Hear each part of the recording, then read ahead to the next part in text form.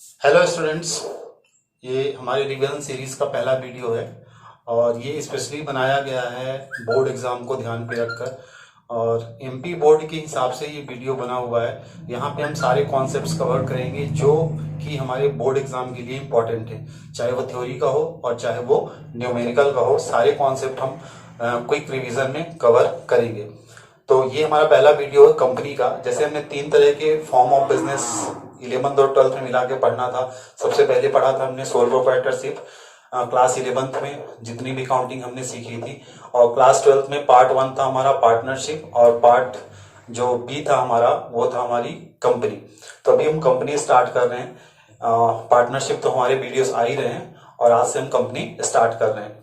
तो कंपनी के बारे में आपने पहले भी पढ़ रखा है, क्लास 11th में बिजनेस में आपने पढ़ा था इसे। तो एक बार हम क्विक रिवीजन में देख लेते हैं इसकी डेफिनेशन, इसके फीचर्स, क्योंकि ये बहुत ही इंपॉर्टेंट क्वेश्चन है एग्जाम पॉइंट ऑफ व्यू से। तो कंपनी की डेफिनेशन क्या है? अ company is an artificial person created by law having a separate entity with a perpetual succession and a common seal. Company क्या है? कंपनी एक आर्टिफिशियल पर्सन है। आर्टिफिशियल का मतलब जैसे 2 तरह के पर्सन होते हैं, एक नेचुरल पर्सन होते हैं और एक आर्टिफिशियल पर्सन। नेचुरल पर्सन जो होते हैं, जो नेचुरली बॉर्न होते हैं, वो कहलाते हैं क्या? Natural person. जैसे हम हैं और आप हैं, हम लोग क्या है? नेचुरल पर्सन है। आर्टिफिशियल पर्सन को कौन होता है? आर्टिफिशियल पर्सन वो होते हैं जो क्रिएटेड बाई लॉ होते हैं, जो कानून की नजर से बनाए जाते हैं, मतलब कानून की तरफ से बनाए जाते हैं। ठीक है, वो कहलाते हैं क्या? Artificial person. तो कंपनी हमारी क्या है? कंपनी हमारी एक आर्टिफिशियल पर्सन है, क्रिएटेड बाय लॉ। किसके द्वारा क्रिएट की गई है? लॉ के द्वारा क्रिएट की गई है। मतलब ये नेचुरली नहीं है। जैसे हम नेचुरल पर्सन कहलाते हैं, उसी तरह ये क्या है? आर्टिफिशियल पर्सन है। Having a separate entity, having a separate entity मतलब इसकी एक खुद से अलग पहचान होती है। सेपरेट इंडिविजुअल इसकी क्या होती है? आइडेंटिटी होती है। With a perpetual succession, with a perpetual succession. Perpetual succession का मतलब है निरंतर चलने वाली सतत प्रक्रिया, कभी भी समाप्त ना होने वाली सतत प्रक्रिया। एंड अ कॉमन सील, और उसके पास क्या होती है? Common seal. तो कंपनी हमारी एक क्या है? आर्टिफिशियल पर्सन है, जो कि कानून के द्वारा बनाई जाती है और जिसकी एक सेपरेट लीगल एंटिटी होती है। ठीक है, और परपेचुअल सक्सेशन होता है, सतत प्रक्रिया। ठीक है, मतलब ये कि जैसे हमने पार्टनरशिप को देखा था, तो पार्टनरशिप में क्या होता था? जैसे 2 पार्टनर होते थे और एक पार्टनर की डेथ हो गई तो पार्टनरशिप हमारी क्या जाती थी? डिसॉल्व हो जाती थी। लेकिन यहाँ पे मेंबर्स में कम लोग आएंगे जाएंगे, लेकिन कंपनी के कहना चाहिए अस्तित्व पे कोई भी प्रभाव नहीं पड़ेगा। कंपनी क्या है? बिना रुके क्या होती जाएगी? चलती जाएगी। और कंपनी की क्या होती है? कॉमन सील होती है, हैविंग अ कॉमन सील। उसके बाद है कंपनी की ये फीचर्स। ये क्वेश्चन जब भी आता है 3 से 4 नंबर में आता है, मतलब आपको डेफिनेशन और फीचर्स दोनों बताने पड़ेंगे। तो फीचर्स क्या है? सबसे पहला फीचर है आर्टिफिशियल पर्सन। आर्टिफिशियल हमने बता दिया क्या है आर्टिफिशियल। तो कंपनी क्या है? एक आर्टिफिशियल पर्सन है जो कि क्रिएटेड बाय लॉ है। ठीक है, ये नेचुरल पर्सन नहीं है। दूसरा, एसोसिएशन ऑफ पर्सन। कंपनी एक वॉलेंट्री एसोसिएशन ऑफ पर्सन है। वॉलेंट्री एसोसिएशन का मतलब ऐच्छिक संस्था है, ऐसी संस्था जहां पे कोई भी कानून, मतलब कंपनी का मेंबर बनने के लिए कोई भी कानून किसी भी आदमी को या किसी भी मेंबर को बाध्य नहीं कर सकता है।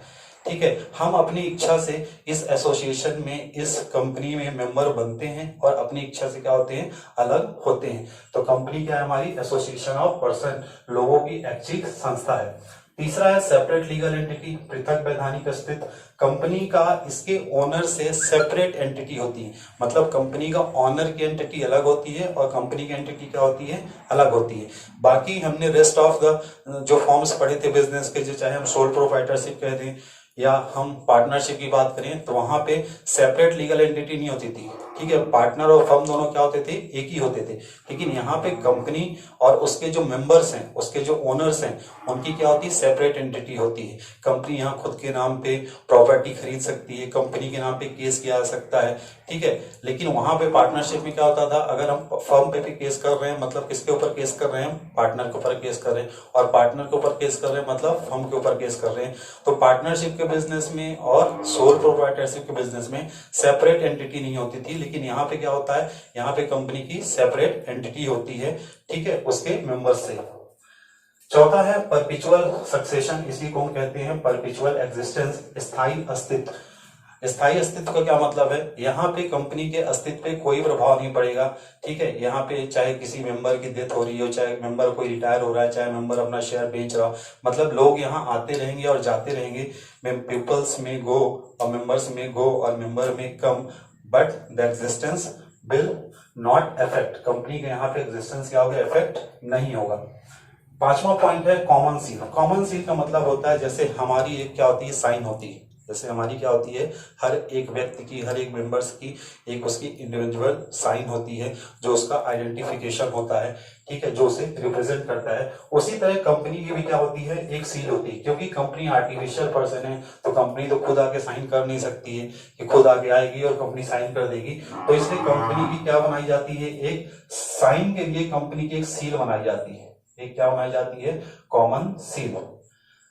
तो कंपनी की एक सार मुद्रा होती है, कॉमन सील होती है।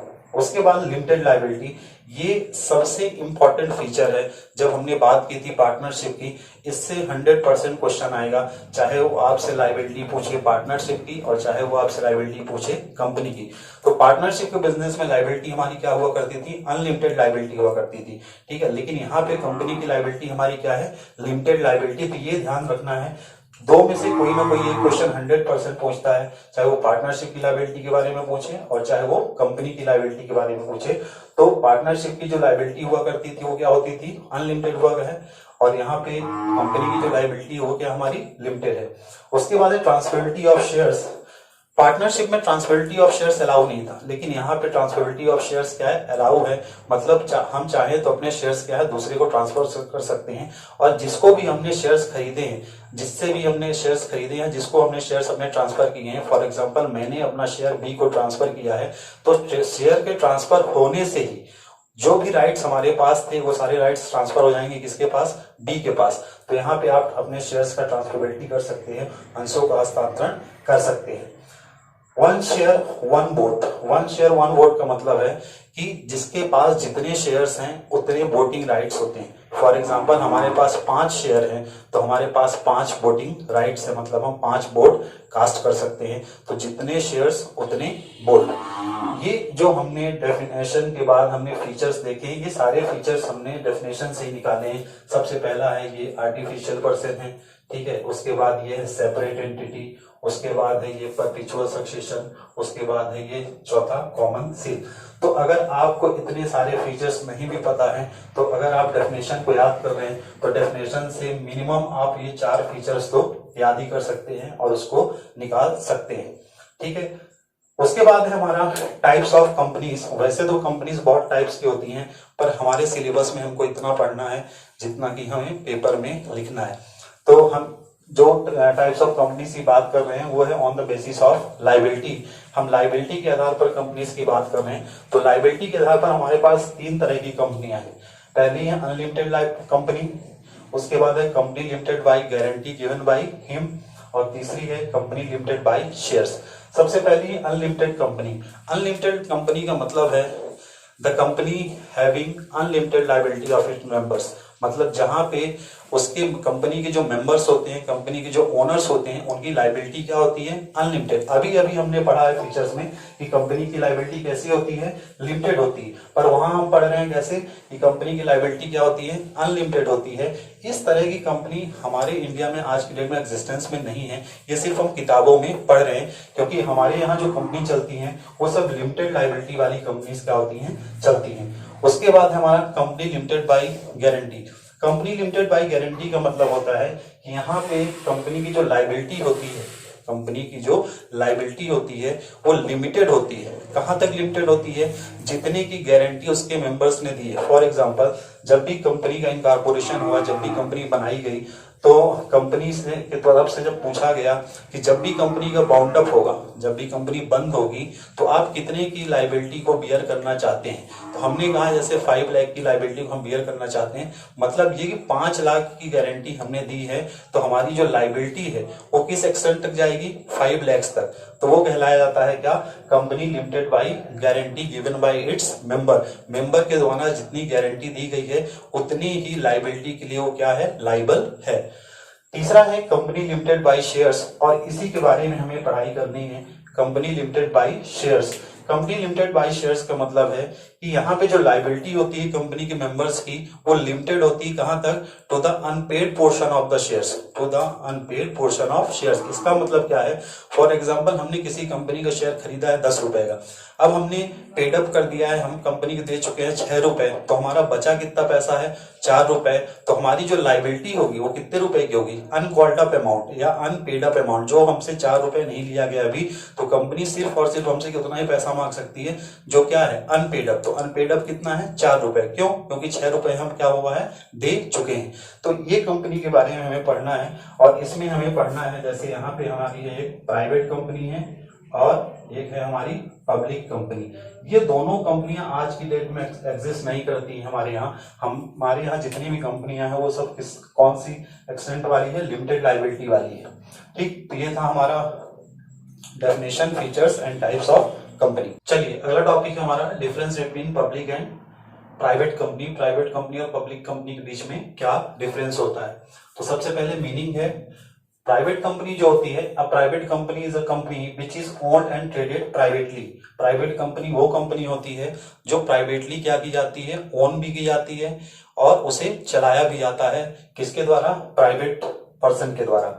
पब्लिक कंपनी क्या होती है, it is owned and traded publicly, जहां पे पब्लिक चलाती है और पब्लिक क्या होती है, उसकी ओनर होती है, वो कहलाती है क्या, पब्लिक कंपनी। दूसरा है मिनिमम कैपिटल। प्राइवेट कंपनी को स्टार्ट करने के लिए जो मिनिमम कैपिटल की रिक्वायरमेंट है वो कितनी है, 1 लाख। 1 लाख की मिनिमम कैपिटल हो अगर, तो आप प्राइवेट कंपनी क्या कर सकते हो, स्टार्ट कर सकते हो। पब्लिक कंपनी के लिए मिनिमम कैपिटल कितनी है, 5 लाख। पब्लिक कंपनी अगर स्टार्ट करना है आपको, तो आपके पास मिनिमम कैपिटल कितनी होनी चाहिए, 5 लाख की। उसके बाद है मिनिमम मेंबर्स। मिनिमम मेंबर्स, अब प्राइवेट कंपनी में मिनिमम मेंबर्स कितने होने चाहिए, 2, और पब्लिक कंपनी में मिनिमम मेंबर्स कितने होने चाहिए, 7। मैक्सिमम मेंबर कितने होने चाहिए, प्राइवेट कंपनी में मैक्सिमम मेंबर होते हैं 200, मतलब मिनिमम 2 और मैक्सिमम 200, और पब्लिक कंपनी में मिनिमम 7 और मैक्सिमम क्या होते हैं, अनलिमिटेड, कोई लिमिट नहीं होती, कितने भी हो सकते हैं। उसके बाद है डायरेक्टर्स। डायरेक्टर्स कौन होते हैं, जो कंपनी को चलाते हैं। ठीक है, तो डायरेक्टर्स प्राइवेट कंपनी में मिनिमम 2 डायरेक्टर्स होने चाहिए, और पब्लिक कंपनी में मिनिमम कितने डायरेक्टर्स होने चाहिए, 3 डायरेक्टर्स होने चाहिए। उसके बाद है सफिक्स।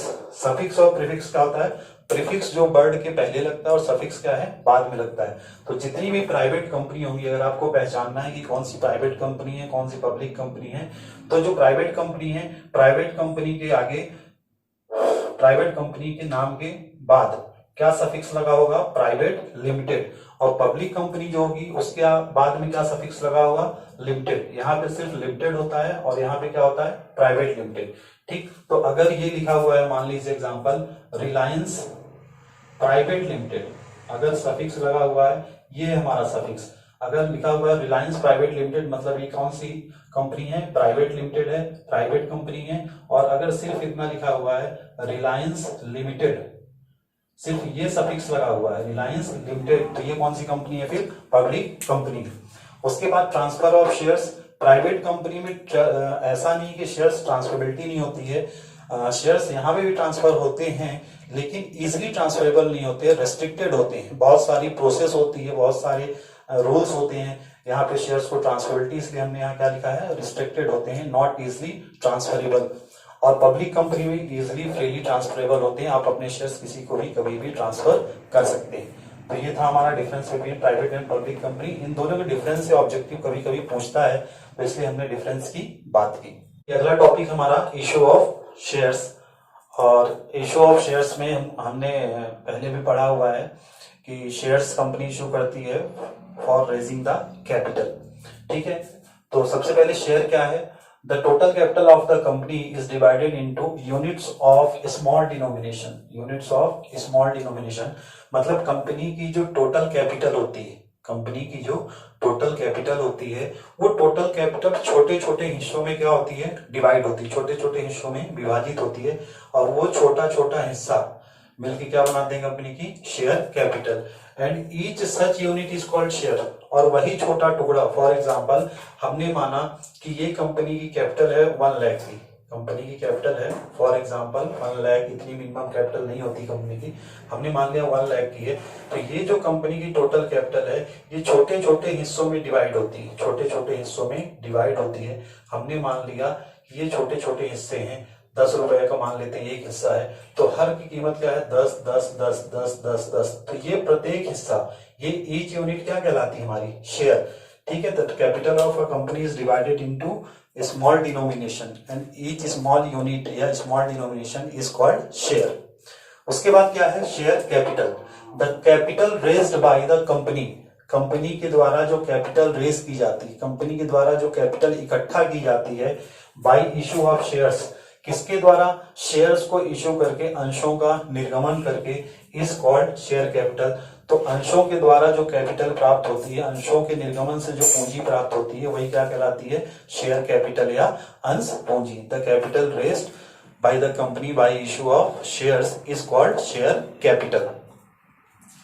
क्वेश्चन जो सबसे इंपॉर्टेंट क्वेश्चन है पेपर में आने वाला वो है काइंड्स ऑफ शेयर कैपिटल। ये क्वेश्चन कई बार पूछा गया है और क्या है कि हम सब कुछ रटने की कोशिश करते हैं, ठीक है, हमें अपना ब्रेन भी लगाना चाहिए कभी कभी, और क्योंकि ये रटने वाला टॉपिक नहीं है, ये समझने वाला टॉपिक है, इसको हम इजिली क्या कर सकते हैं, समझ सकते हैं और वेल डिफाइन कर सकते हैं, बड़े आसानी से इसको हम लिख सकते हैं और समझा सकते हैं। चलिए हम समझते हैं।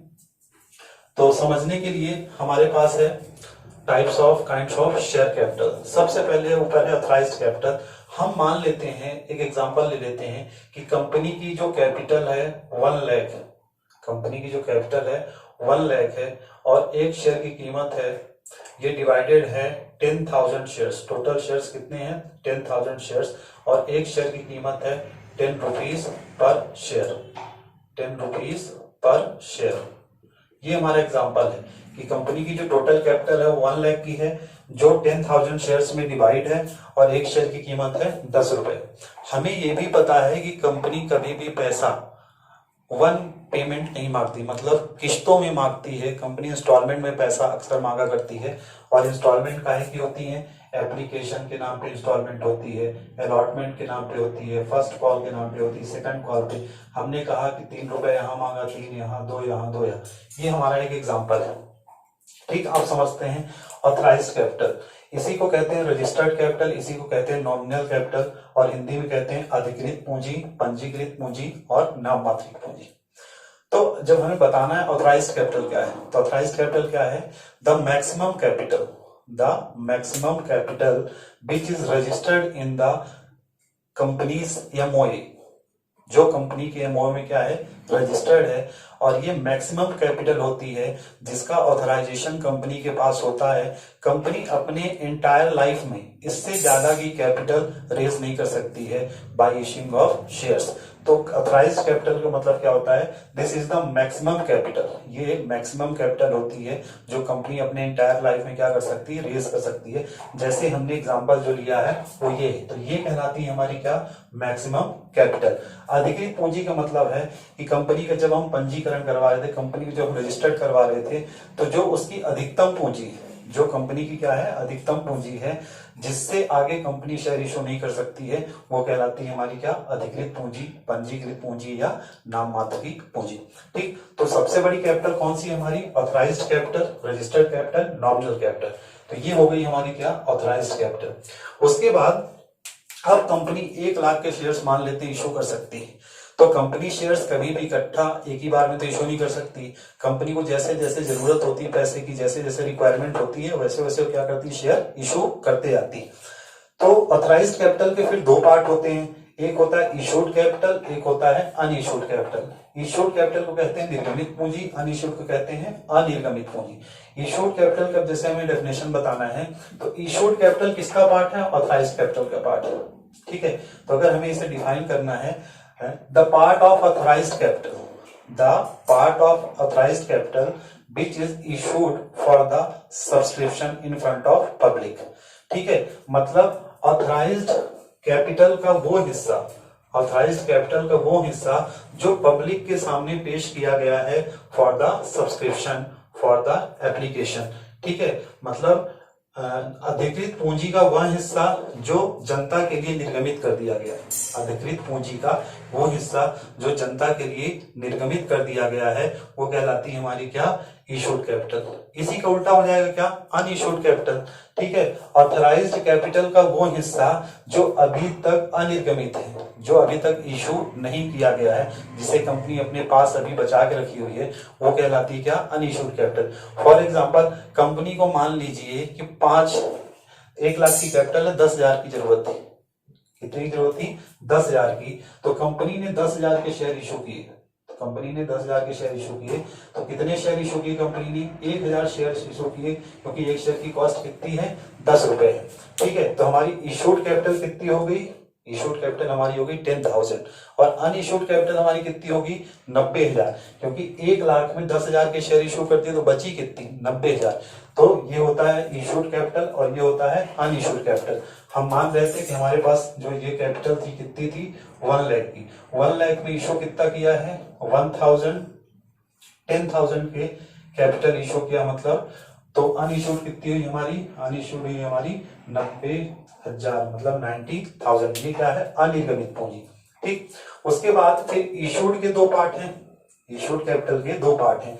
तो इशूड कैपिटल के 2 पार्ट क्या है, सब्सक्राइब कैपिटल और अनसब्सक्राइब कैपिटल। तो सब्सक्राइब कैपिटल क्या होती है, इशूड कैपिटल का वो पार्ट, इशूड कैपिटल का वो पार्ट जो पब्लिक ने सब्सक्राइब कर लिए, मतलब पब्लिक ने खरीद लिए।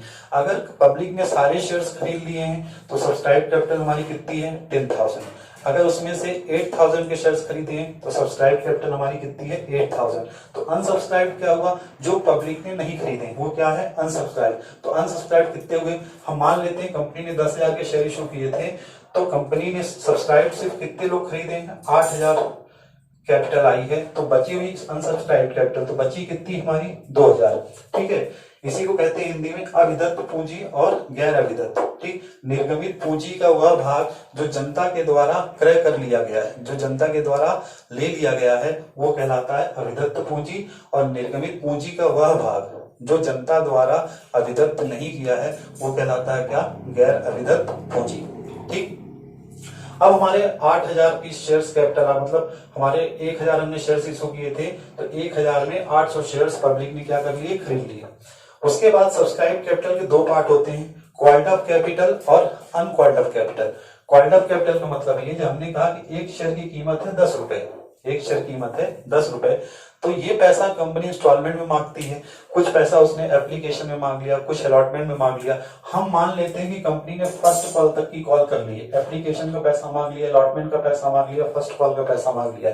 तो कॉल्ड अप कैपिटल क्या होती है, कंपनी ने जितना पैसा मांग लिया, सब्सक्राइब्ड कैपिटल का वो भाग जो कंपनी ने क्या कर लिया है, मांग लिया है।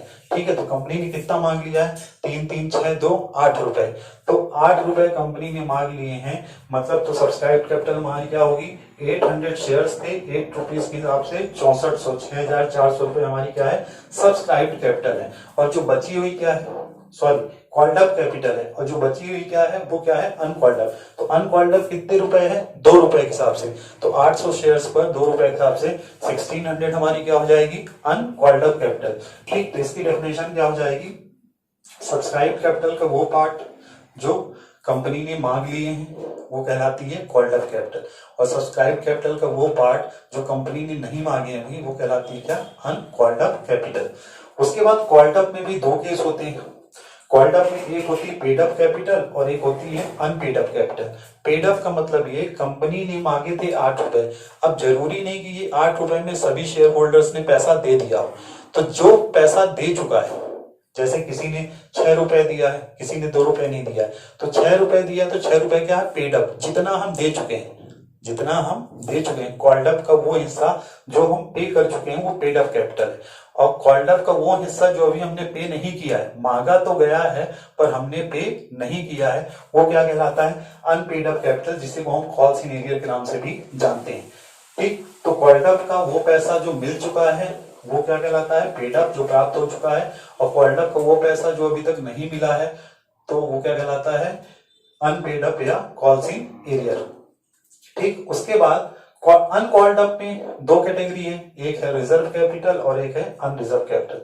तो रिजर्व कैपिटल क्या होती है, अनकॉल्ड अप का वो हिस्सा, अनकॉल्ड अप का वो हिस्सा जो कंपनी अपने पास बचा के रखती है, एज अ रिजर्व, जो कंपनी अपने पास बचा कर रखती है for the liquidation of company, for the binding up of company. मतलब वो पैसा कंपनी तभी मांगती है जब कंपनी का बाइंड अप होता है, जब कंपनी क्या होती है, बंद होती है। तो अनकॉल्ड अप का वो पैसा जो कंपनी के कहना चाहिए बाइंड अप के लिए बचा कर रखती है, वो कहलाती है रिजर्व कैपिटल। और जो बचा हुआ है वो क्या कहलाता है, अनरिजर्व कैपिटल। तो ये था हमारा काइंड्स ऑफ शेयर कैपिटल, और ये बहुत ही इंपॉर्टेंट है। और इसे मतलब समझना के लिए या लिखने के लिए इसको ऐसे ही हमें पढ़ना है, ठीक है। कि सबसे बड़ा पार्ट होता है ऑथराइज्ड, ठीक। ऑथराइज्ड के फिर दो पार्ट होते हैं, इशूड और अनइशूड। इशूड के फिर दो पार्ट होते हैं, सब्सक्राइब और अनसब्सक्राइब्ड। सब्सक्राइब्ड के फिर दो पार्ट होते हैं, कॉल्ड अप और अनकॉल्ड अप। कॉल्ड अप के फिर दो पार्ट होते हैं, पेड अप और कॉल सीनियर या अनपेड अप। उसी तरह अनकॉल्ड अप के दो पार्ट होते हैं, reserve capital and unreserve capital, ठीक है। तो ये हमारा बहुत ही इंपॉर्टेंट क्वेश्चन है, ठीक।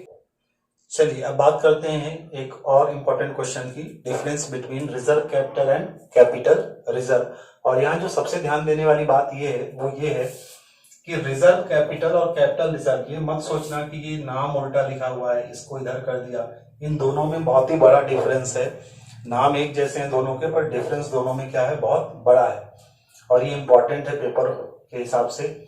हिंदी में कहते हैं संचित पूंजी और पूंजीगत संचय। रिजर्व कैपिटल अभी हमने जब काइंड्स ऑफ शेयर कैपिटल पढ़ा है तो हमने वहां देखा था अनकॉल्ड अप कैपिटल का पार्ट होता था, रिजर्व कैपिटल और अनरिजर्व कैपिटल। तो ये रिजर्व कैपिटल वही वाला है, अनकॉल्ड अप कैपिटल वाला जो है। नया है कैपिटल रिजर्व। तो सबसे पहला है मीनिंग है, लिखा हुआ है it is that part of uncalled up capital. जो रिजर्व कैपिटल होते हैं किसका पार्ट होता है, अनकॉल्ड अप कैपिटल का, which has been reserve for the purpose of liquidation. Reserve capital जो होता है, बनाया जाता है, उसका सिर्फ एक ही पर्पज होता है, for the purpose of liquidation of company. जब कंपनी का लिक्विडेशन होता है उस वक्त हमें पैसे की जरूरत होती है, तब के लिए बनाया जाता है क्या, रिजर्व कैपिटल, संचित पूंजी। उसके बाद कैपिटल रिजर्व दिया हुआ है, it refers to the amount which are generated out of capital profit. जो हमारा कैपिटल रिजर्व बनाया जाता है ये कैपिटल प्रॉफिट से बनाया जाता है। For example profit on sale of asset, ठीक है। दो तरह के प्रॉफिट होते हैं हमारे पास, एक रेवेन्यू और दूसरा कैपिटल नेचर के। तो ये बनाया जाता है किससे, out of only capital profit. जब कभी भी हमें कैपिटल प्रॉफिट होगा तो उससे कैपिटल रिजर्व बनाया जाएगा। दूसरा बेसिस है nature, it is a portion of capital. It is a portion of capital, ये पूंजी का भाग होता है। हमने काइंड्स ऑफ शेयर कैपिटल पढ़ा था, ये क्या है, पूंजी का भाग होता है। It is a portion of capital. और ये कैपिटल रिजर्व क्या होता है, it is accumulation of profit of capital nature. Accumulation का मतलब होता है संचय, रिजर्व बनाना, ठीक है। तो जो हमारा कैपिटल रिजर्व होता है ये कहीं से बनाया जाता है, ये कैपिटल प्रॉफिट से बनाया जाता है। अगर कैपिटल प्रॉफिट होगा तो ये रिजर्व बनेगा और नहीं होगा तो नहीं बनेगा। तीसरा है एप्लीकेशन। एप्लीकेशन का मतलब है कहां इसे यूज किया जाता है। It is used only eight the time of liquidation.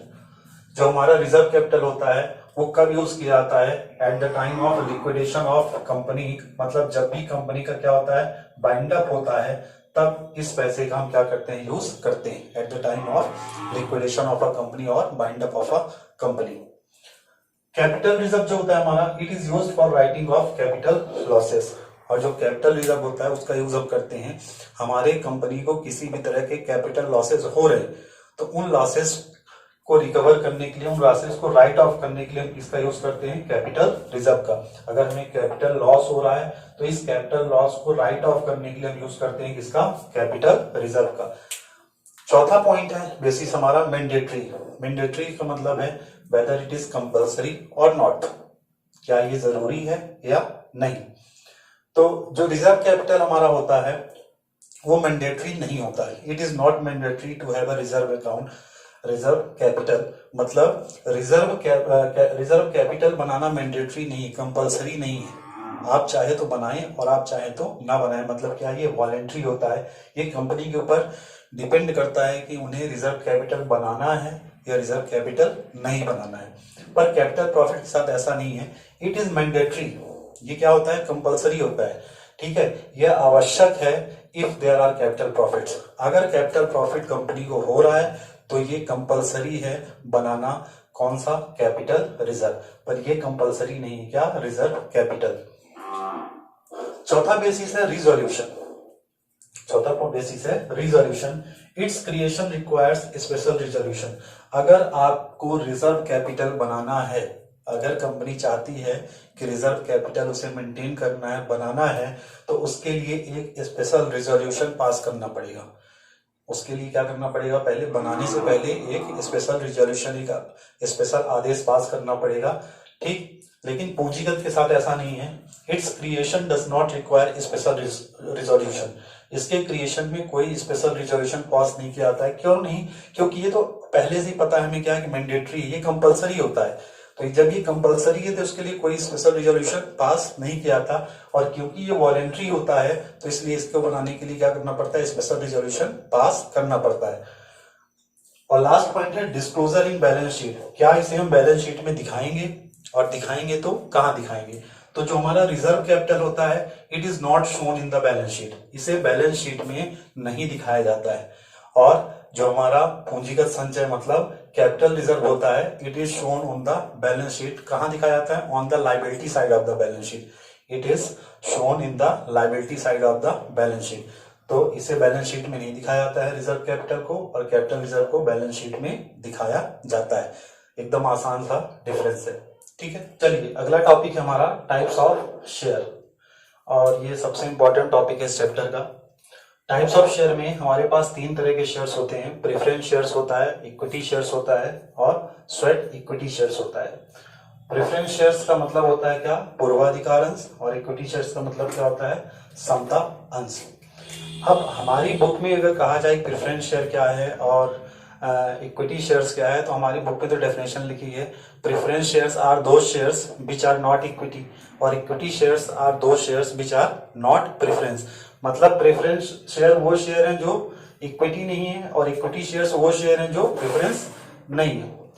पर ये डेफिनेशन सफिशिएंट नहीं है, हमें इनकी एक सफिशिएंट डेफिनेशन जानने के लिए हम समझते हैं कि क्या है प्रेफरेंस शेयर्स क्या होते हैं और इक्विटी शेयर्स क्या होते हैं।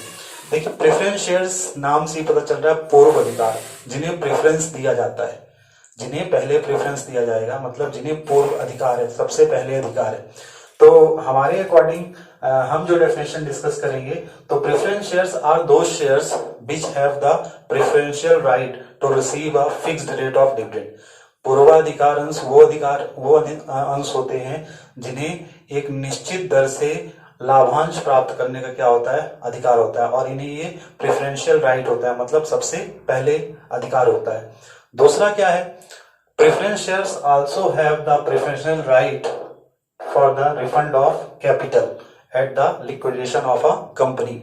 मतलब ये कि पूर्वाधिकार अंशों को जब भी कंपनी समाप्त होगी, जब भी कंपनी बंद होगी, तो सबसे पहले जो कैपिटल वापस की जाएगी वो किसकी की जाएगी, पूर्वाधिकार अंशों की, प्रेफरेंस शेयर्स की। तो जिनके पास ये दो अधिकार प्राप्त होते हैं वो कहलाते हैं क्या, प्रेफरेंस शेयर। और इक्विटी शेयर्स के पास ये दोनों अधिकार नहीं होते हैं, मतलब ना तो उन्हें preferential right to receive dividend होता है एट अ फिक्स्ड रेट, ना ही उन्हें फिक्स्ड रेट ऑफ डिविडेंड मिलता है। और जब भी कंपनी बाइंड अप होती है, जब भी कंपनी का लिक्विडेशन होता है, तो जो कैपिटल रिफंड की जाती है वो भी कब की जाती है, after the payment of preference share, मतलब प्रेफरेंस शेयर्स के पेमेंट करने के बाद। तो जिन्हें ये दो अधिकार प्राप्त होते हैं वो कहलाते हैं प्रेफरेंस शेयर, और जिन्हें ये दो अधिकार नहीं प्राप्त होते वो क्या कहलाते हैं, इक्विटी शेयर्स। तीसरा है हमारा स्वेट इक्विटी शेयर्स। तो स्वेट इक्विटी शेयर्स वो होते हैं, स्वेट इक्विटी शेयर्स ये पब्लिक को नहीं इशू किए जाते हैं, ये इशू किए जाते हैं for the employees of the company, company के एम्प्लॉइज को इशू किए जाते हैं, और ये शेयर्स उनको डिस्काउंट पे इशू किए जाते हैं। ठीक है, बाकी कोई भी शेयर हमारे आज की डेट पे डिस्काउंट पे इशू नहीं किए जाते हैं। सिर्फ ऑब्जेक्टिव पे क्वेश्चन आता है कि name the shares which are issued at a discount, तो कौन सा शेयर है, स्वेट इक्विटी शेयर्स है जो डिस्काउंट पे इशू किया जाता है टू देयर एम्प्लॉइज, कंपनी के कर्मचारियों को। ठीक, और जो सबसे इंपॉर्टेंट क्वेश्चन है वो है टाइप्स ऑफ प्रेफरेंस शेयर्स। ये क्वेश्चन और नेक्स्ट चैप्टर में हम पढ़ेंगे टाइप्स ऑफ डिवेंचर। इन दोनों क्वेश्चंस में एक क्वेश्चन 100% मिलेगा, चाहे तो आपसे पूछेगा टाइप्स ऑफ प्रेफरेंस शेयर या आपसे पूछेगा टाइप्स ऑफ डिवेंचर।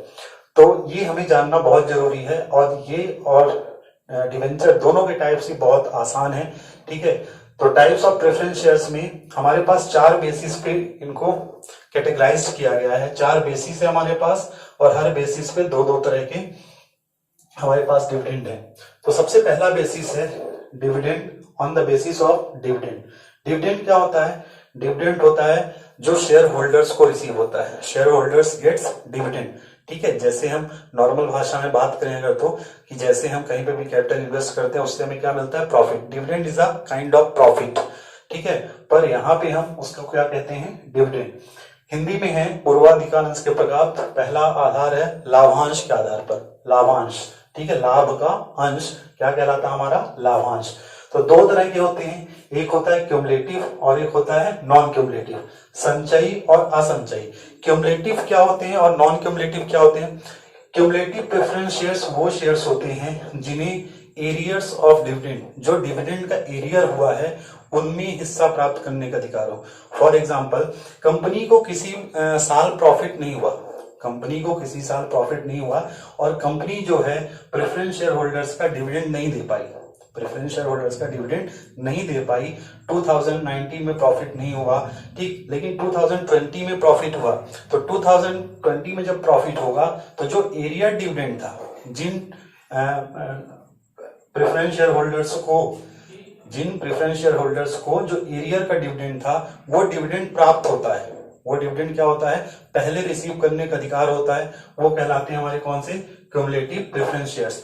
और इसी का उल्टा है नॉन क्यूमुलेटिव, जिन्हें ये अधिकार प्राप्त नहीं होता है। मतलब एरियर्स का जो डिविडेंड है, जो 2019 का डिविडेंड था, जो उन्हें 2019 में नहीं हुआ था ड्यू टू लॉस, मतलब प्रॉफिट नहीं हुआ था तो डिविडेंड हम नहीं दे पाए थे। तो अगर एरियर्स पर उन्हें डिविडेंड, एरियर का जो डिविडेंड था वो नेक्स्ट ईयर उन्हें अगर रिसीव हो रहा है तो वो कौन से शेयर्स कहलाते हैं? Cumulative preference shares. और जिन्हें एरियर का डिविडेंड रिसीव नहीं होता है वो क्या कहलाते हैं? Non cumulative preference share. ठीक, उसके बाद दूसरा है कन्वर्जन, परिवर्तनशील के आधार पर। Conversion on the basis of conversion, दो तरह के, कन्वर्टिबल और नॉन कन्वर्टिबल। ठीक है, परिवर्तनीय पूर्वाधिकार अंश और अपरिवर्तनीय पूर्वाधिकार अंश। कन्वर्टिबल का मतलब है किसमें कन्वर्टिबल होंगे? कन्वर्टिबल टू शेयर्स, ये शेयर्स में कन्वर्ट होंगे और ये कन्वर्ट नहीं होंगे। ऐसे प्रेफरेंस शेयर्स जो eight a fixed period of time, एक निश्चित समय के बाद किसमें कन्वर्ट हो जाए? शेयर्स में। कौन से शेयर्स में? इक्विटी शेयर्स में। ऐसे प्रेफरेंस शेयर्स जो एक निश्चित समय के बाद at a fixed period of time it can be converted into equity shares, जो प्रेफरेंस शेयर्स इक्विटी शेयर्स में कन्वर्ट हो सकते हैं वो कहलाते हैं कौन से? Convertible preference shares. और जो शेयर्स इक्विटी शेयर्स में कन्वर्ट नहीं हो पाते हैं वो क्या कहलाते हैं? Non convertible preference shares. मतलब ऐसे अंश, ऐसे पूर्वाधिकार अंश जो एक निश्चित समय के बाद समता अंश में परिवर्तनीय हो जाएं, समता अंश में परिवर्तित हो जाएं, वो कहलाते हैं परिवर्तनीय पूर्वाधिकार अंश।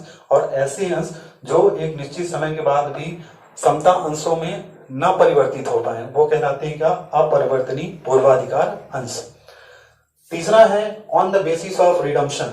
On the basis of redemption मतलब विमोचन या शोधन के अनुसार, ठीक, आधार पर। On the basis of redemption का मतलब है, रिडम्पशन का मतलब होता है रीपेबल। रिडम्पशन का मतलब होता है रीपेबल, मतलब वापस करना। किसको? कैपिटल को वापस करने की बात कर रहा है। On the basis of redemption दो तरह के, रिडीमेबल और irredeemable. On the basis of redemption redeemable और इरिडीमेबल। तो ऐसे प्रेफरेंस शेयर जो at a fixed period of time, एक निश्चित समय के बाद जिनकी कैपिटल रीपे कर दी जाती है, जिनकी कैपिटल क्या कर दी जाती है? रीपे कर दी जाती है, वो कहलाते हैं रिडीमेबल प्रेफरेंस शेयर्स। और ऐसे प्रेफरेंस शेयर्स जिनकी कैपिटल तभी रीपे की जाती है eight the time of liquidation, eight the time of binding of company, वो कहलाते हैं इरिडीमेबल शेयर्स। मतलब ऐसे पूर्वाधिकार अंश जो एक निश्चित समय के बाद जिनकी पूंजी वापस कर दी जाती है वो कहलाते हैं विमोचनशील। और ऐसे पूर्वाधिकार अंश जिनकी पूंजी तभी वापस की जाती है जब कंपनी का क्या होता है? बाइंड अप होता है, मतलब जब कंपनी समापन होता है, जब कंपनी हमारी बंद होती है तब उनकी पूंजी वापस की जाती है, वो कहलाते हैं अविमोचनशील। और लास्ट है on the basis of participation in surplus profit. On the basis of participation in surplus profit, लाभ में भाग के आधार पर। पार्टिसिपेटिंग प्रेफरेंस शेयर्स और non participating preference shares. Participating preference shares वो होते हैं जैसे कंपनी को जो प्रॉफिट हुआ है उस कंपनी में प्रॉफिट में से सारे एक्सपेंसेस को पे करने के बाद और इक्विटी शेयर्स का पेमेंट करने के बाद, इक्विटी शेयर्स को डिविडेंड पे करने के बाद अगर हमारे पास कंपनी के पास कोई भी प्रॉफिट बचा है, रिमेनिंग जो प्रॉफिट होता है उस रिमेनिंग प्रॉफिट में जिसे हिस्सा प्राप्त करने का अधिकार होता है वो कहलाते हैं participating preference shares. Participating in surplus profit, जो बचा हुआ प्रॉफिट है, जो एक्सेस प्रॉफिट बचा है after the payment of all the expenses and dividend to equity share holders are called participating preference shares. मतलब ऐसे पूर्वाधिकार अंश जिन्हें बचे हुए लाभ में, पर कौन से बचे हुए लाभ में, समता अंशों का लाभांश देने के बाद अगर लाभ बचता है उस लाभ में जो भाग मिलता है उन्हें कहा जाता है भागयुक्त पूर्वाधिकार अंश।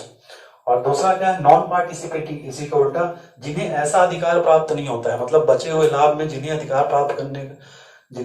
अधिकार नहीं होता है वो कहलाते हैं क्या, अभागयुक्त। इन्हें सिर्फ क्या प्राप्त होता है, इन्हें एक निश्चित दर से जो लाभांश निश्चित किया जाता है सिर्फ वो प्राप्त करने का अधिकार होता है, बचे हुए लाभ में कोई भी अधिकार नहीं होता है।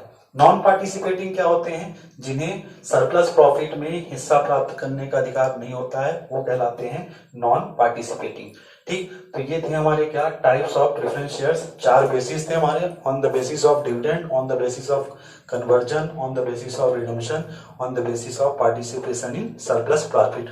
On the basis of dividend में 2 तरह के, क्यूमुलेटिव और नॉन क्यूमुलेटिव। क्यूमुलेटिव वो हैं जिन्हें एरियर ऑफ डिविडेंड, जो डिविडेंड के एरियर है वो रिसीव करने का अधिकार है वो क्यूमुलेटिव है, और जिन्हें ये अधिकार प्राप्त नहीं हो क्या है, नॉन क्यूमुलेटिव है।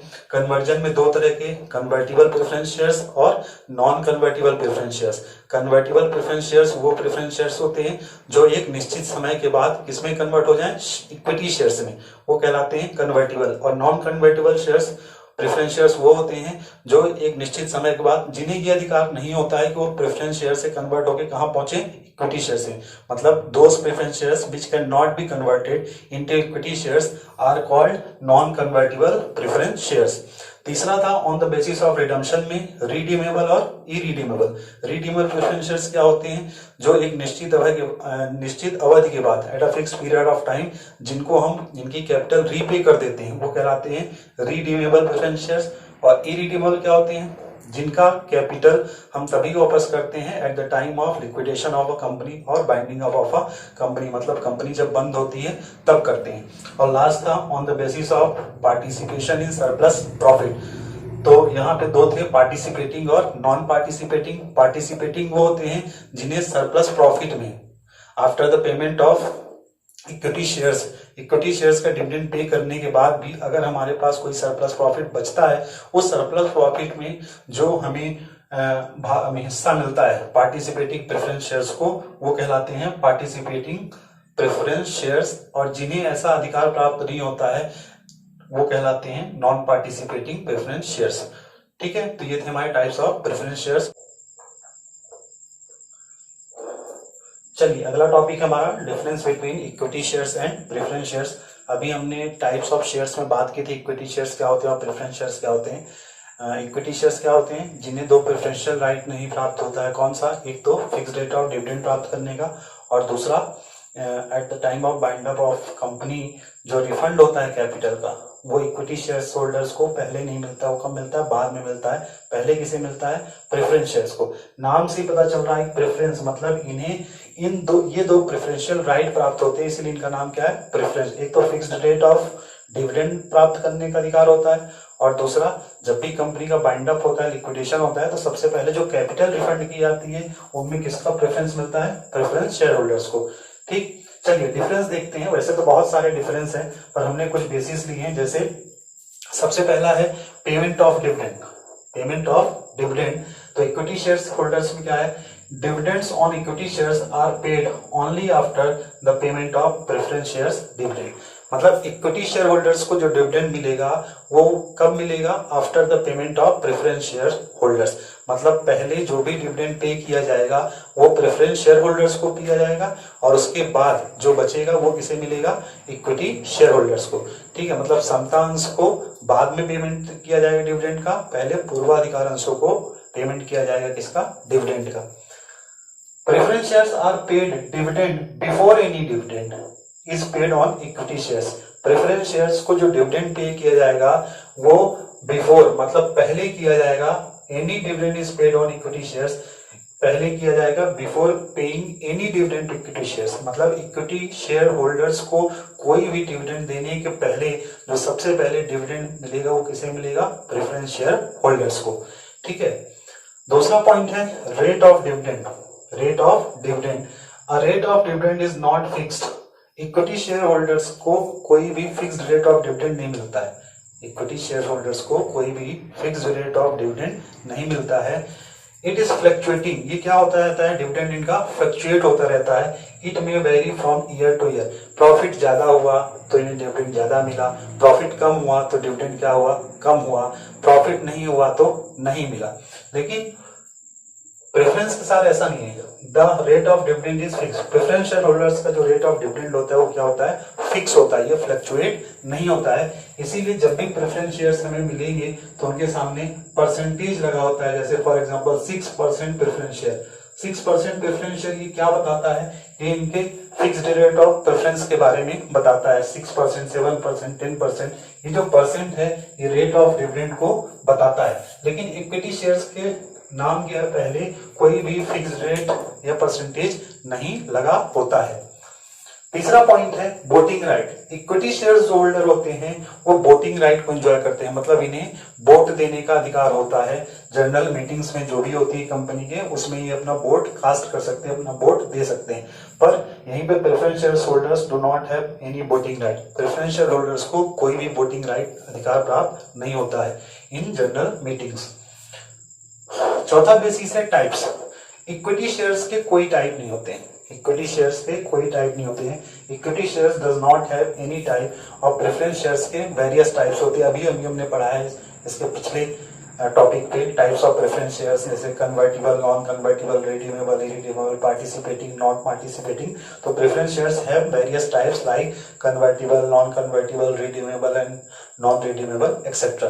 पर इक्विटी शेयर्स के कोई टाइप्स नहीं होते हैं। चौथा बेसिस है अगला repayment of capital. Repayment of capital का मतलब क्या है, refund of capital. Refund of capital, repayment of equity capital in binding up is made only after the repayment of preferential shares. मतलब ये कि इक्विटी शेयर होल्डर्स की capital तभी पे की जाएगी after the payment of capital of preference share holders. मतलब पहले जो कैपिटल, जब भी कंपनी का बाइंड अप होगा, जब भी कंपनी का लिक्विडेशन होगा, तो सबसे पहले जो कैपिटल वापस की जाएगी, रीपे की जाएगी, वो प्रेफरेंस शेयर होल्डर्स की जाएगी। उसके बाद किसका नंबर आएगा, इक्विटी शेयर होल्डर्स का।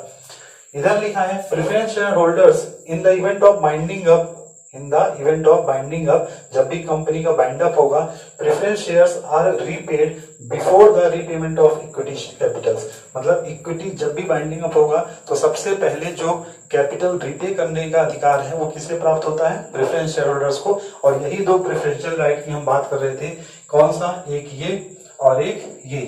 पेमेंट मतलब दो ये राइट्स प्राप्त होते हैं प्रेफरेंशियल शेयर्स को। एक तो फिक्स्ड रेट ऑफ डिविडेंड प्राप्त करने का सबसे पहले अधिकार होता है, और eight the time of bind up, eight the time of liquidation, जब भी कंपनी का बाइंड अप होता है, लिक्विडेशन होता है, तो रीपे होती है जो कैपिटल जो रिफंड की जाती है, तो सबसे पहला जो अधिकार होता है वो किसका होता है, प्रेफरेंस शेयर होल्डर्स का।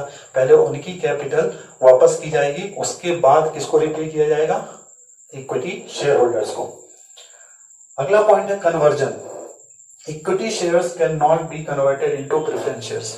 इक्विटी शेयर्स को प्रेफरेंस शेयर्स में कन्वर्ट नहीं किया जा सकता है, ठीक। लेकिन preference shares can be converted into equity shares. Preference shares को कन्वर्ट किया जा सकता है किसमें, इक्विटी शेयर्स में। अभी हमने टाइप्स पढ़ा था प्रेफरेंस शेयर्स का, तो वहां पे हमने पढ़ा था कन्वर्टिबल और non convertible preference shares. Convertible क्या थे, ऐसे प्रेफरेंस शेयर्स जो एक फिक्स्ड पीरियड ऑफ टाइम के बाद कन्वर्ट हो जाते हैं इक्विटी शेयर्स में, वो क्या होते थे, कन्वर्टिबल, ठीक। तो equity shares can not be converted into preference shares, but preference shares can be converted into equity shares. अगला है risk equity shares involves high risk. Equity share holders high risk को लेते हैं और preference share holders it involves low risk. तो ये हमारे थे क्या डिफरेंस, और बहुत सारे और डिफरेंस भी होते हैं, पर जो हमारा क्वेश्चन आता है और ये भी बहुत ही इंपॉर्टेंट क्वेश्चन है, और एमपी बोर्ड के एग्जाम पे अकाउंट्स में तो डिफरेंस का बहुत ही ज्यादा रोल रहता है। बहुत डिफरेंस आते हैं, पिछले साल 5 से 6 डिफरेंस आए थे, मतलब कहना चाहिए कि 25-30 नंबर का तो सिर्फ डिफरेंस ही डिफरेंस आ जाते हैं।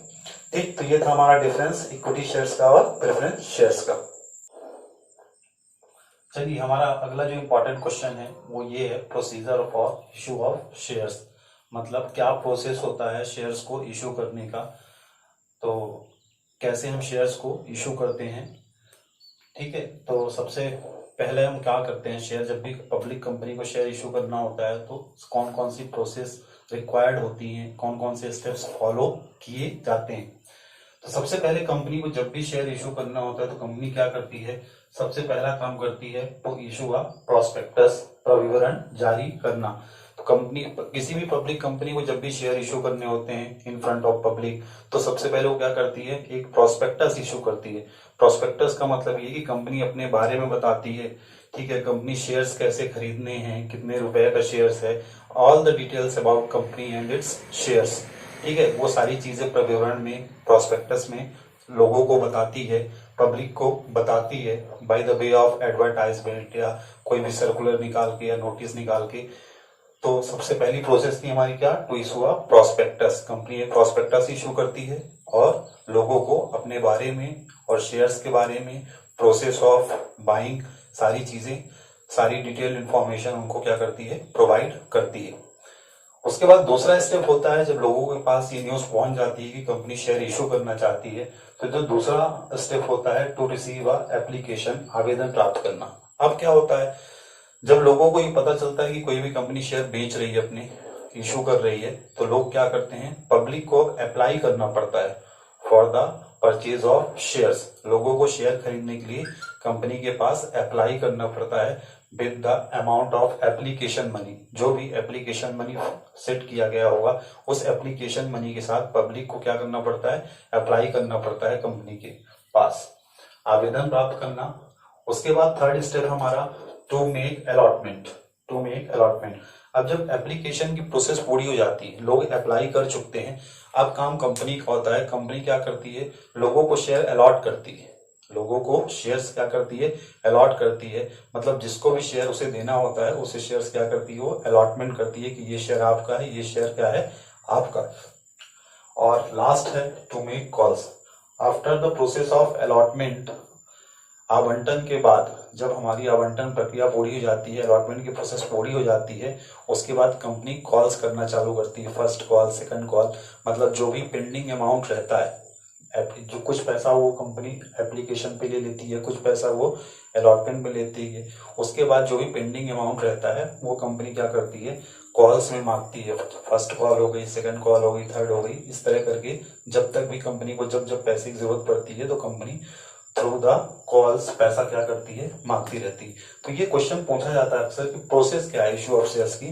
तो 4 प्रोसेस हैं। सबसे पहले प्रोस्पेक्टस इशू करना, उसके बाद एप्लीकेशन को रिसीव करना, उसके बाद अलॉटमेंट प्रोसेस, और उसके बाद टू मेक कॉल्स, प्रविवरण जारी करना, आवेदन प्राप्त करना, आवंटन करना और याचना करना।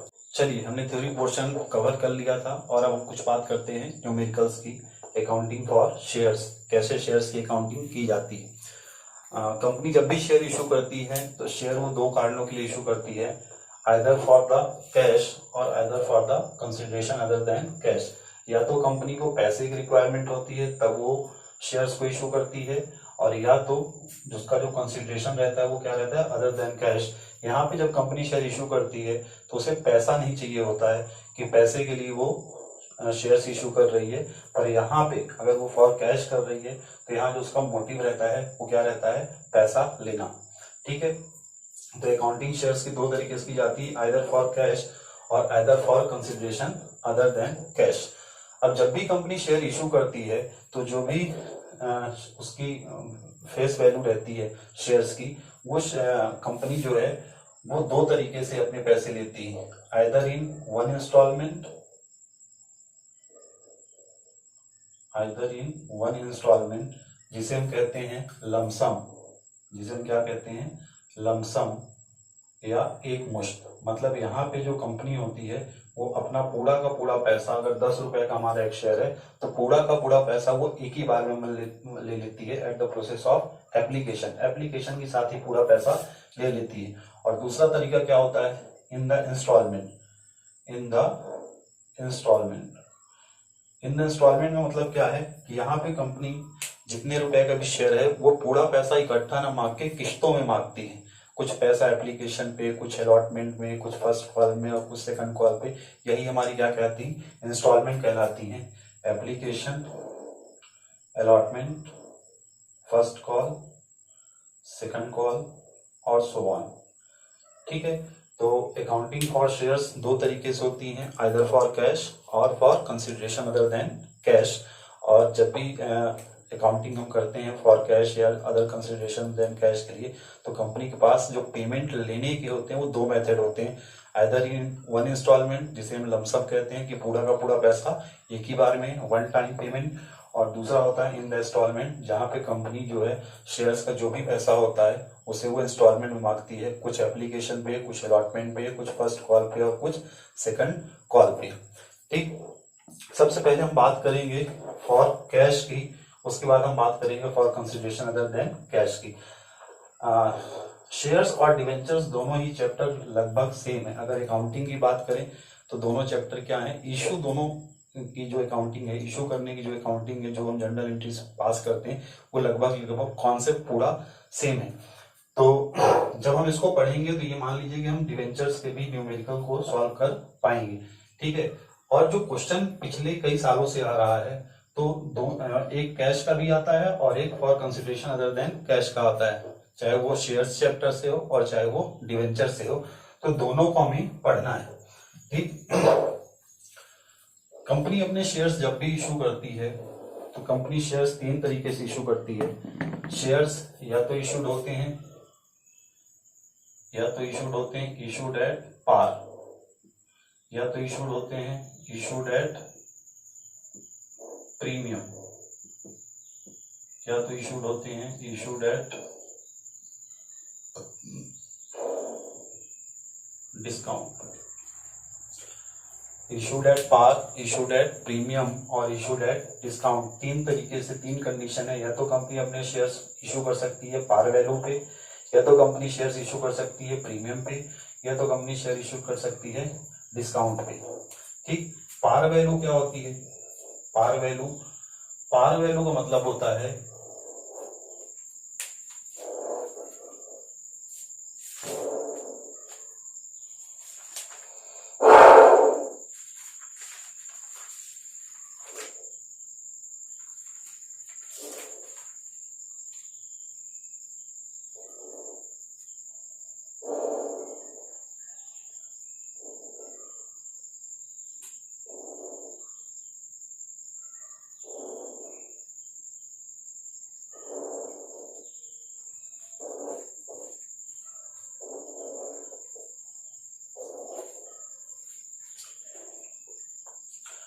पार वैल्यू का क्या मतलब होता है, पार वैल्यू का मतलब होता है, फॉर एग्जांपल हमने कहा कि किसी शेयर की जो फेस वैल्यू है, किसी शेयर की फेस वैल्यू है वो कितने रुपए है, 10 रुपए। अगर 10 रुपए का शेयर हमने इशू किया है 10 रुपए में, अगर 10 रुपए का शेयर हमने इशू किया कितने में, 10 रुपए में, तो वो क्या कहलाता है, इशूड एट पार। जितने रुपए का शेयर हो उतने रुपए पे इशू करना, वो कहलाता है issued at par. Issued at premium का मतलब क्या है कि फेस वैल्यू हमारी 10 रुपए थी, लेकिन हमने इसे इशू किया है 12 रुपए में, तो ये हमने जो 2 रुपए एक्सेस लिया है, कंपनी ने जो 2 रुपए ये एक्सेस लिया है, ये क्या कहलाता है हमारा premium. When issued price is more than the face value, when issued price is more than the face value, वो कंडीशन काहे की होती है, इशूड एट प्रीमियम की।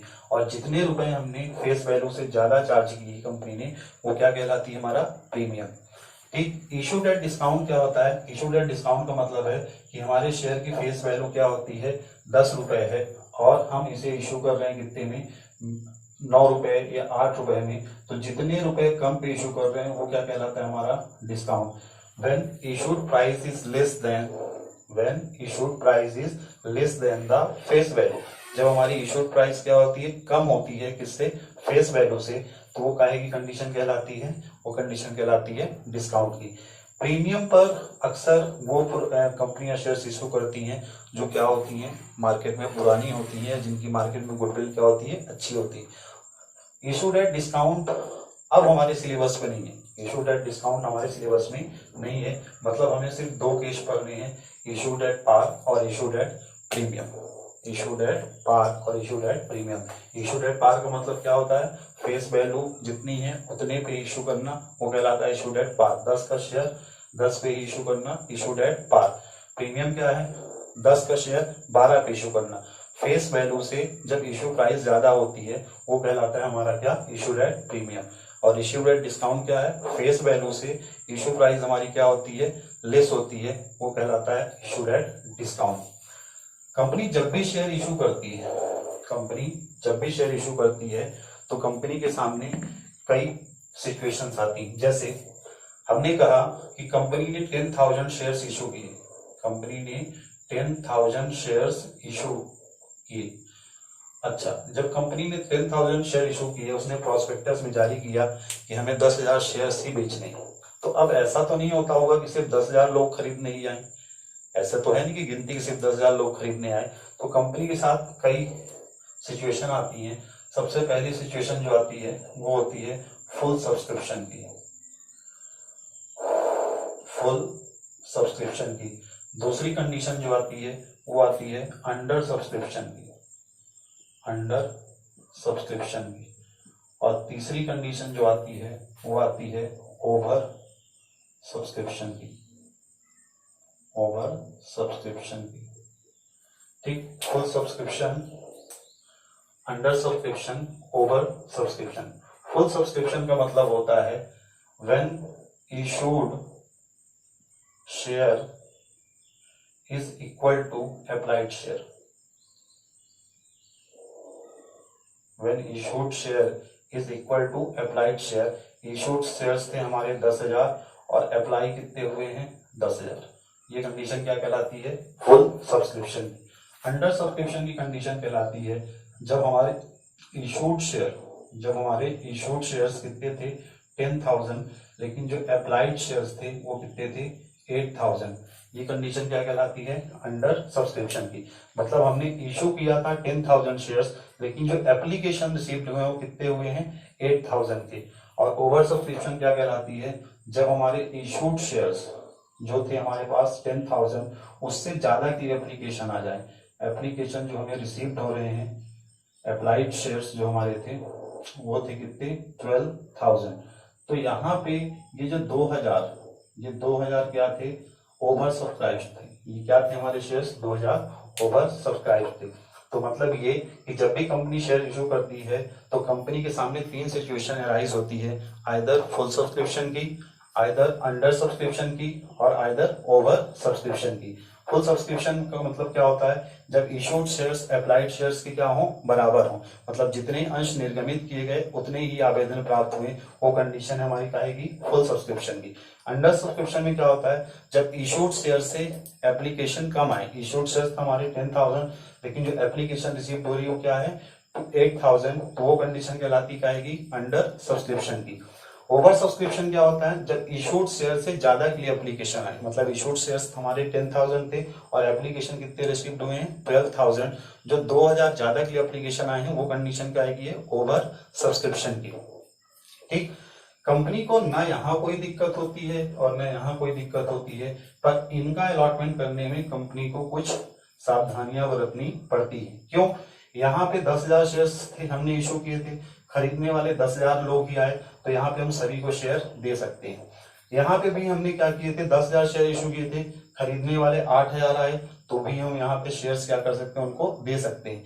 लेकिन यहाँ पे कंपनी के साथ क्या प्रॉब्लम आती है, यहाँ पे इशू हमने 10,000 किए थे लेकिन अप्लाई कितने के लिए हुए 12,000। अब ये 2,000 जो ज्यादा अप्लाइड शेयर्स हैं, 2,000 ज्यादा लोगों ने जो एप्लीकेशन भेजे हैं, तो यहाँ पे कंपनी को फैसला करना पड़ता है कि शेयर्स हम किसको दें और किसको ना दें।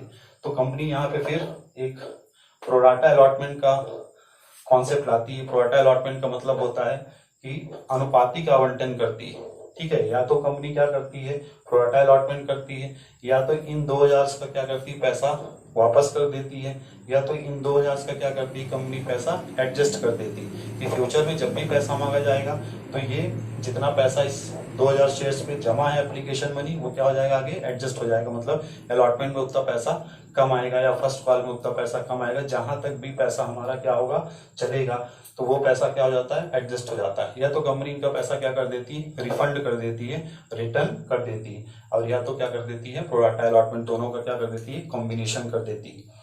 ठीक है, अच्छा, यहीं पे फिर सब्सक्रिप्शन की बात चल रही है, तो एक सब्सक्रिप्शन और होता है जो अक्सर ऑब्जेक्टिव में पूछता है, मिनिमम सब्सक्रिप्शन का कॉन्सेप्ट। मिनिमम सब्सक्रिप्शन का कॉन्सेप्ट, मिनिमम सब्सक्रिप्शन क्या होता है, कंपनी के साथ एक रूल है कि कंपनी जब भी शेयर इशू करती है, कंपनी जब भी शेयर इशू करती है तो मिनिमम सब्सक्रिप्शन की कंडीशन फुलफिल होनी चाहिए। मिनिमम सब्सक्रिप्शन की कंडीशन क्या है, कंपनी ने जितने भी शेयर्स इशू किए हैं तो मिनिमम 90% के लिए एप्लीकेशन प्राप्त होनी चाहिए। मिनिमम सब्सक्रिप्शन की कंडीशन कितनी है, 90% of issued shares, 90% of issued shares. इसका मतलब है कि 90% के लिए आवेदन आना चाहिए। फॉर एग्जांपल, अगर हमने 10,000 शेयर इशू किए थे तो इसका 90% कितना होगा, 9,000। तो 9,000 के लिए कम से कम एप्लीकेशन आने चाहिए। अधिक कितना भी आ सकता है, पर मिनिमम कितना होना चाहिए, 90%। अगर 90% की कंडीशन को फुलफिल नहीं किया गया, अगर 90% की कंडीशन को फुलफिल नहीं किया गया तो फिर वहां पे क्या होता है, वहां पे कंपनी को सभी शेयर होल्डर्स का पैसा क्या करना पड़ता है, वापस करना पड़ता है। मतलब ये जो है अलॉटमेंट की प्रोसेस नहीं कर पाएगा, ये किसी को भी शेयर अलॉट नहीं कर पाएगा। तो इसलिए मिनिमम सब्सक्रिप्शन की जो कंडीशन है वो कितनी है, 90% ऑफ द इशूड शेयर्स, जितने भी शेयर इशू किए गए हैं उसका 90% अप्लाइड होना चाहिए, तभी कंपनी अलॉटमेंट की प्रक्रिया कर सकती है, मतलब अलॉटमेंट की प्रोसेस कर सकती है। नहीं तो कंपनी को सभी का पैसा क्या करना पड़ेगा, रिफंड करना पड़ेगा। ठीक है, अच्छा, जब हम एंट्री करते हैं तो फुल सब्सक्रिप्शन की कंडीशन में जितने शेयर्स के लिए एप्लीकेशन आया उससे करते हैं। अंडर सब्सक्रिप्शन में भी इशूड तो 10,000 थे, अप्लाइड कितने थे, 8,000। तो जो हम एंट्री पास करेंगे वो अप्लाइड शेयर से एंट्री हम करेंगे। यहाँ पे एंट्री जो पास करेंगे वहां आप किससे करेंगे, अप्लाइड शेयर से, क्योंकि इन दोनों कंडीशन पे ही जितने शेयर अप्लाइड हुए हैं उतने ही अलॉटमेंट हुए हैं। लेकिन जब बात आती है ओवर सब्सक्रिप्शन की, तो ओवर सब्सक्रिप्शन में हम ऐसा नहीं कर सकते हैं। यहाँ पे जो एंट्री होती है, तो जो एप्लीकेशन की एंट्री होती है वो अप्लाइड शेयर से होती है, और उसके बाद की जितनी सारी एंट्रियां होती हैं वो अलॉटेड शेयर से होती है कि कंपनी ने कितने शेयर्स अलॉट किए हैं। जैसे यहाँ अप्लाइड तो 12,000 थे, तो जो हमारी एप्लीकेशन की एंट्री होगी वो अप्लाइड शेयर से होगी, मतलब 12,000 से। और उसके बाद जो अलॉटमेंट की एंट्री होगी, अलॉटमेंट के बाद की जितनी भी एंट्रियां होंगी वो कितने से होंगी, 10,000 से। ठीक है, तो चलिए देखते हैं इसके हम एग्जांपल्स सॉल्व करते हैं।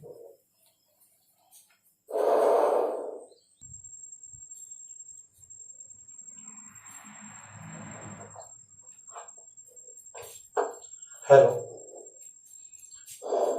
तो चलिए ये है हमारा क्वेश्चन है, x limited issued 10,000 shares of ₹10 each. एक एक्स लिमिटेड की कंपनी है और उसने 10,000 शेयर्स इशू किए हैं, और एक शेयर की कीमत कितनी है, 10 रुपए है।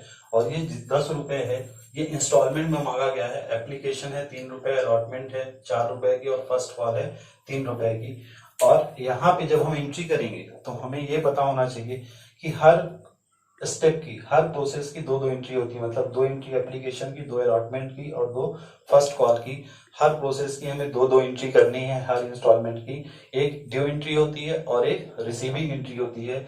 सिर्फ एप्लीकेशन के वक्त ही, सिर्फ एप्लीकेशन के वक्त ही पहले रिसीविंग एंट्री होती है और फिर क्या होती है, ड्यू एंट्री होती है, क्योंकि एप्लीकेशन के समय पहले हमें पैसा देना पड़ता है, उसके बाद फिर कॉल की जाती है, उसके बाद फिर पैसा दिया जाता है। मतलब पहले ड्यू एंट्री होगी और फिर क्या होगी, रिसीविंग एंट्री होगी।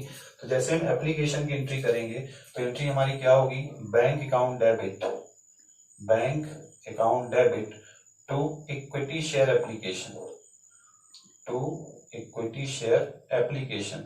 अगर क्वेश्चन पे टाइप ऑफ शेयर्स के बारे में बताया नहीं गया है कि कंपनी ने equity share application, equity share issue किए हैं कि प्रेफरेंस शेयर इशू किए हैं, तो हमेशा हम मान के चलेंगे कि इक्विटी शेयर इशू हुए। और अगर क्वेश्चन पे बताया गया है कि प्रेफरेंस शेयर्स हैं, तो फिर जहां पे इक्विटी है वहां पे क्या हो जाएगा, परसेंट प्रेफरेंस हो जाएगा। ठीक है, तो सबसे पहली एंट्री होगी bank account debit to equity share application. और जितने शेयर्स थे, कितने शेयर्स थे, 10,000 शेयर्स थे। और एप्लीकेशन पे कितने रुपए मांगे गए थे, 3 रुपए मांगे गए थे। तो ये 10,000 इंटू 3 कितना हो जाएगा, 30,000। ये भी 30,000। और नरेशन हो जाएगा being application money received, being application money received. ये जो बैंक वाली एंट्री होती है इसे हम कहते हैं रिसीविंग एंट्री। इसे हम क्या कहते हैं, रिसीविंग एंट्री। ठीक, उसके बाद ड्यू एंट्री होगी। तो ड्यू एंट्री क्या होगी, equity share application account debit, equity share application account debit to equity share capital,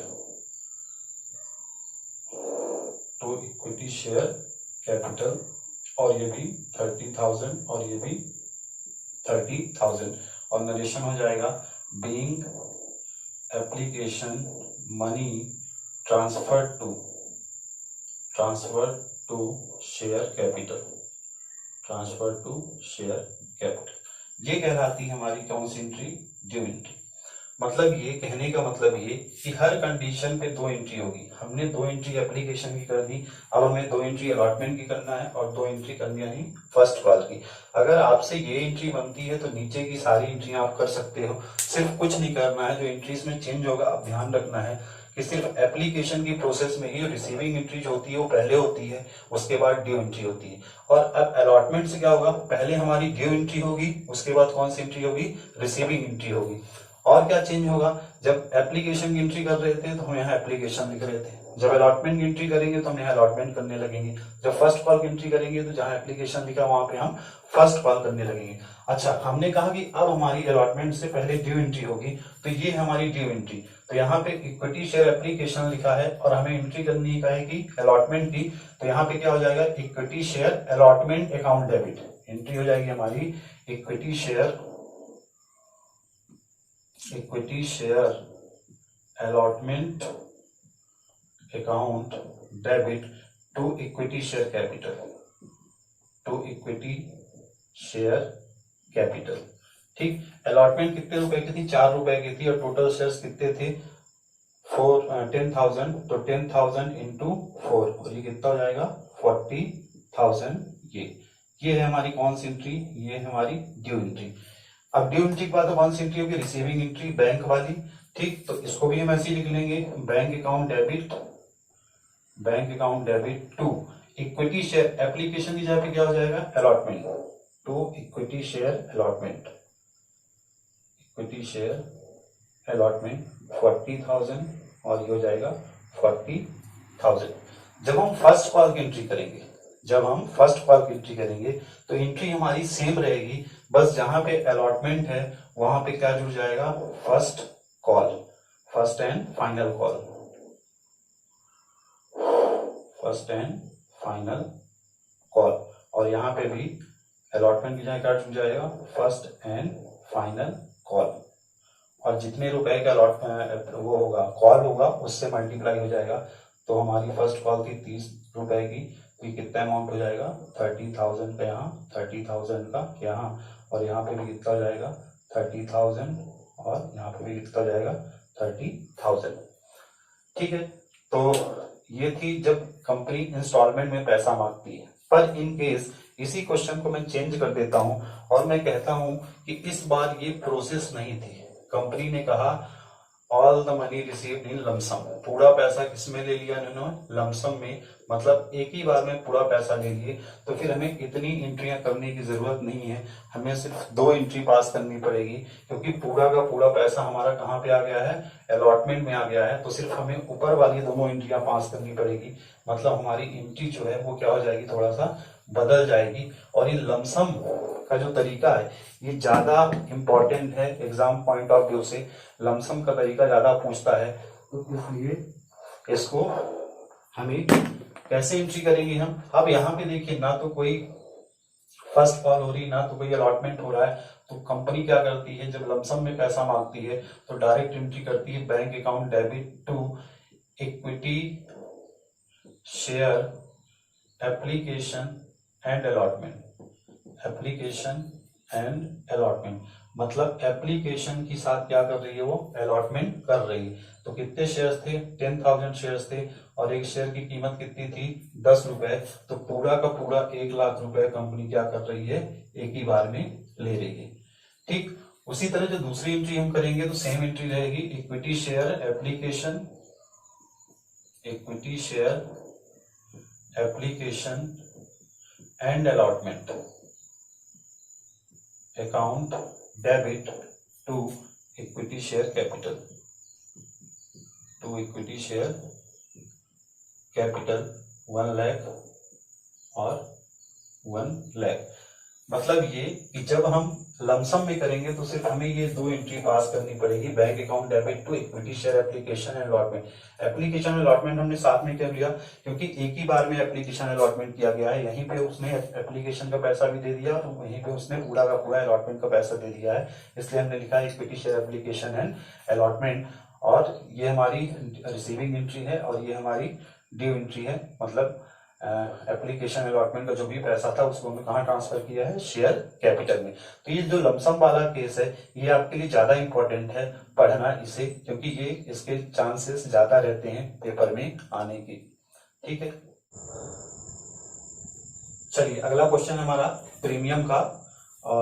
premium जो होता है, प्रीमियम का मतलब क्या होता है कि जब हमारी जो फेस वैल्यू होती है उससे ज्यादा पे जब कंपनी शेयर इशू करती है वो कहलाता है हमारा क्या, प्रीमियम। फॉर एग्जांपल हमारी जो फेस वैल्यू है वो 10 रुपए की है और इशू प्राइस है 12 रुपए की, तो ये 2 रुपए एक्सेस है, ये हमारा क्या कहलाता है, प्रीमियम। सबसे पहले तो प्रीमियम के बारे में क्या जानना जरूरी है कि प्रीमियम अगर क्वेश्चन पे बताया गया है कि प्रीमियम का पैसा कब लेना है, प्रीमियम का पैसा कब कंपनी लेगी, तब तो क्वेश्चन पे कोई दिक्कत नहीं। एप्लीकेशन पे बोलती है एप्लीकेशन पे, अलॉटमेंट में बोलती है तो अलॉटमेंट में, फर्स्ट कॉल पे बोलती है तो फर्स्ट कॉल पे। पर इन केस अगर क्वेश्चन पे ये नहीं बताया गया है कि प्रीमियम का पैसा कहाँ पे लेना है, तो ये हमेशा मान के चलना है कि प्रीमियम का पैसा कहाँ लेना है, अलॉटमेंट पर लिया जाएगा। ठीक है, अगर क्वेश्चन में बताया गया है तब तो कोई प्रॉब्लम नहीं, पर अगर क्वेश्चन पे नहीं बताया गया है तो प्रीमियम का पैसा हमेशा कहाँ लिया जाएगा, प्रीमियम का पैसा हमेशा अलॉटमेंट के साथ मांगा जाएगा। ठीक है, तो ये है हमारा क्वेश्चन। और क्वेश्चन क्या कह रहा है कि एक कंपनी है, कंपनी ने इशू किए हैं 35,000 शेयर्स, कंपनी ने इशू किए हैं 35,000 शेयर्स ऑफ ₹10 ईच। एक शेयर की कीमत कितनी है, 10 रुपए, एट अ प्रीमियम ऑफ ₹2, और प्रीमियम कितने रुपए का है, 2 रुपए का है। यहां से हम कह सकते हैं कि ये इशूड एट प्रीमियम है। मतलब कैसे कि 10 रुपए का शेयर जो है वो कितने में बेचा गया है, 12 रुपए में, और जो एक्सेस 2 रुपए है, ये 2 रुपए हमारा क्या है, प्रीमियम का है। Table 3 rupees on application, allotment पर है 5 रुपए इंक्लूडिंग प्रीमियम। इंक्लूडिंग प्रीमियम का मतलब है कि 3 रुपए अलॉटमेंट का है और 2 रुपए का है प्रीमियम का है। और बैलेंस ऑन फर्स्ट कॉल, अब बैलेंस कितना बचा, तो कंपनी जो पैसा वसूल करेगी शेयर होल्डर से वो कितना पैसा वसूल करेगी, तो कंपनी 10 का शेयर 12 में बेच रही है तो कंपनी को चाहिए 12 रुपए, तो कंपनी ने अभी तक ले कितने लिए हैं, 5 3 8 रुपए, तो बैलेंस हमारे पास कितना बचा है, 4 रुपए। बैलेंस कितना बचा है, 4 रुपए। तो यहाँ पे जो मैं समझाना चाह रहा हूँ, सिर्फ ये बताना चाह रहा हूँ कि प्रीमियम को कैसे रिकॉर्ड करना है, प्रीमियम को कैसे रिकॉर्ड करना है। तो इस क्वेश्चन पे हमें ये बताया गया है कि जो प्रीमियम का पैसा है वो किसके साथ मांगा जा रहा है, अलॉटमेंट के साथ मांगा जा रहा है। प्रीमियम का जो पैसा है वो अलॉटमेंट के साथ मांगा जा रहा है। तो जहां पे बताया जाएगा तो वहां पे तो हमें कोई प्रॉब्लम नहीं, जहां मांगा जाएगा वहां हमें रिसीव करना है। ठीक, तो जो एप्लीकेशन की एंट्री होगी तो एप्लीकेशन की नॉर्मल एंट्री होगी, जैसे अभी हमने पिछले क्वेश्चन पे बात की थी। लेकिन जब अलॉटमेंट की एंट्री करेंगे तो हमारी अलॉटमेंट की एंट्री क्या हो जाएगी, equity share allotment account debit to equity share capital. ये एंट्री आपने पढ़ी है, ये एंट्री आपने पढ़ी है। अब प्रीमियम को डेबिट किया जाए कि प्रीमियम को क्रेडिट किया जाए, तो प्रीमियम कंपनी के लिए क्या होता है, प्रॉफिट होता है या लॉस होता है। प्रीमियम जो है कंपनी के लिए क्या होता है, प्रॉफिट होता है। और ये प्रॉफिट कैसे नेचर का होता है, ये भी ऑब्जेक्टिव में पूछा जाता है। ये कैपिटल नेचर का प्रॉफिट होता है, नॉट अ रेवेन्यू नेचर। जो सिक्योरिटीज प्रीमियम कंपनी रिसीव करती है वो कैपिटल नेचर का प्रॉफिट होता है। तो जो भी प्रॉफिट होता है, all income and gains are credited, तो ये क्या होगा, ये क्या क्रेडिट किया जाएगा, टू सिक्योरिटीज प्रीमियम के नाम पर, टू सिक्योरिटीज प्रीमियम के नाम पर। अब जब हम यहाँ पे अमाउंट का फिलअप करेंगे तो शेयर कैपिटल, टोटल शेयर्स थे हमारे पास 35,000 इंटू अलॉटमेंट कितने रुपए का था, 3 रुपए का था, और प्रीमियम कितने रुपए का था, हमारा प्रीमियम था 2 रुपए का। तो ये हो जाएगा 1,05,000 और ये हो जाएगा 70,000 और टोटल कितना हो जाएगा 1,75,000। नरेशन क्या हो जाएगा, being allotment money due along with premium, being allotment money due, allotment money due along with premium, along with premium। ठीक, अब जब रिसीव होगा, जब पैसा रिसीव होगा तो 3 रुपए से रिसीव होगा कि 5 रुपए से, तो पैसा रिसीव होगा along with प्रीमियम, मतलब प्रीमियम के साथ। तो जो रिसीविंग एंट्री होगी हमारी वो पूरी कितने से होगी, 1,75,000 से, और एंट्री हो जाएगी bank account debit to equity share allotment, to equity share allotment 1,75,000, 1,75,000। और नरेशन क्या हो जाएगा, being allotment money received along with premium, allotment money received हुआ है प्रीमियम के साथ। तो सिर्फ हमें ये ध्यान रखना है कि अगर क्वेश्चन में प्रीमियम बताया गया है कहाँ लेना है तब तो कोई प्रॉब्लम नहीं है, पर इन केस अगर प्रीमियम के बारे में कोई इन्फॉर्मेशन क्वेश्चन पे गिवन नहीं है तो प्रीमियम कहाँ पे लिया जाएगा, हमेशा अलॉटमेंट पे लिया जाएगा। ठीक है, और प्रीमियम किस तरह का नेचर होता है, प्रीमियम कंपनी के लिए प्रॉफिट होता है, और कैसा प्रॉफिट होता है, कैपिटल नेचर का प्रॉफिट होता है। ठीक है, तो चलिए इसके बाद देखते हैं कंसिडरेशन अदर देन कैश का। ये दूसरा है हमारा for issue of shares for consideration other than cash. Issue of shares for consideration other than cash का मतलब क्या होता है कि when a company issues a share not for cash but for some services और फॉर परचेज ऑफ एसेट्स। मतलब ये कि कंपनी जब शेयर इशू करती है for the purchase of assets और for other services acquired from any third party. ठीक है, तो अदर सर्विसेज का मतलब होता है for issued share issued to promoters. ठीक है, और परचेज ऑफ एसेट का मतलब है कि शेयर इशूड टू वेंडर। ठीक, तो हमारे जो सिलेबस में है वो परचेज ऑफ एसेट का क्वेश्चन आता है, तो परचेज ऑफ एसेट्स हमें पढ़ना है, शेयर इशूड टू वेंडर्स।